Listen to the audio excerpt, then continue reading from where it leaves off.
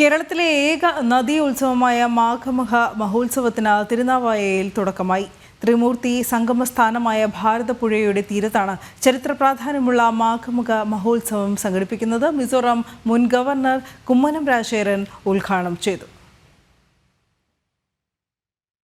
ശ്രീചക്ര രഥയാത്രയോടെ ഭാരതപ്പുഴയുടെ ഉത്ഭവസ്ഥാനമായ പാലക്കാട് കൊടുമ്പ് സുബ്രഹ്മണ്യ ക്ഷേത്രത്തിൽ നിന്നാണ് മാഘമഹ മഹോത്സവത്തിന് ഇന്നലെ തുടക്കം കുറിച്ചത്. ചടങ്ങുകളുടെ ഔദ്യോഗിക ഉദ്ഘാടനം മുൻ മിസോറാം ഗവർണർ കുമ്മനം രാജശേഖരൻ നിർവഹിച്ചു. ഈ തിരുനാവായ എത്രയോ ആളുകളുടെ മോക്ഷം നൽകുന്ന ഭൂമിയാണ്.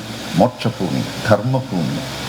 ഈ ഭൂമിയിൽ ഒരിക്കലും അനിഷ്ടങ്ങളായ അല്ലെങ്കിൽ നിഷേധ വികാരങ്ങൾക്ക്, വിരുദ്ധ വികാരങ്ങൾക്ക് സ്ഥാനം. അതൊക്കെ പോകും. ആ എലിമെന്റ്സ് ഒക്കെ ഓരോ സമയം കഴിയുമ്പോൾ പോകും. ഭാരതം ഉണർന്നെഴുന്നേൽക്കുകയാണ്. തത്വമസി ചാരിറ്റബിൾ ട്രസ്റ്റിന്റെ നേതൃത്വത്തിൽ വിവിധ ഹൈന്ദവ സംഘടനകളുടെ സഹകരണത്തോടെയാണ് മാഘമഹ മഹോത്സവം സംഘടിപ്പിക്കുന്നത്.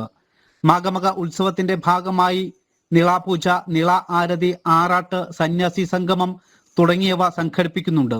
ഈ ഒരു പൈതൃകം അല്ലെങ്കിൽ നമ്മുടെ ഇവിടെ നടന്നു വന്നിരുന്നതായ പൈതൃകം നിലനിന്നു പോയത് പുനരാരംഭിക്കുകയാണ്. ഏതായാലും സർവ്വലോകരും ഈ ഒരു മഹത്തായ സംരംഭത്തിലേക്ക് എത്തിപ്പെട്ട് ഈ ഒരു കേരളപ്പുഴയല്ല ഭാരതപ്പുഴ, ഈ ഭാരതപ്പുഴയുടെ പൈതൃകം ലോക നെറുകയിലേക്ക് എത്തിക്കാൻ വേണ്ടി സഹകരിക്കണമെന്ന് അഭ്യർത്ഥിക്കുന്നു.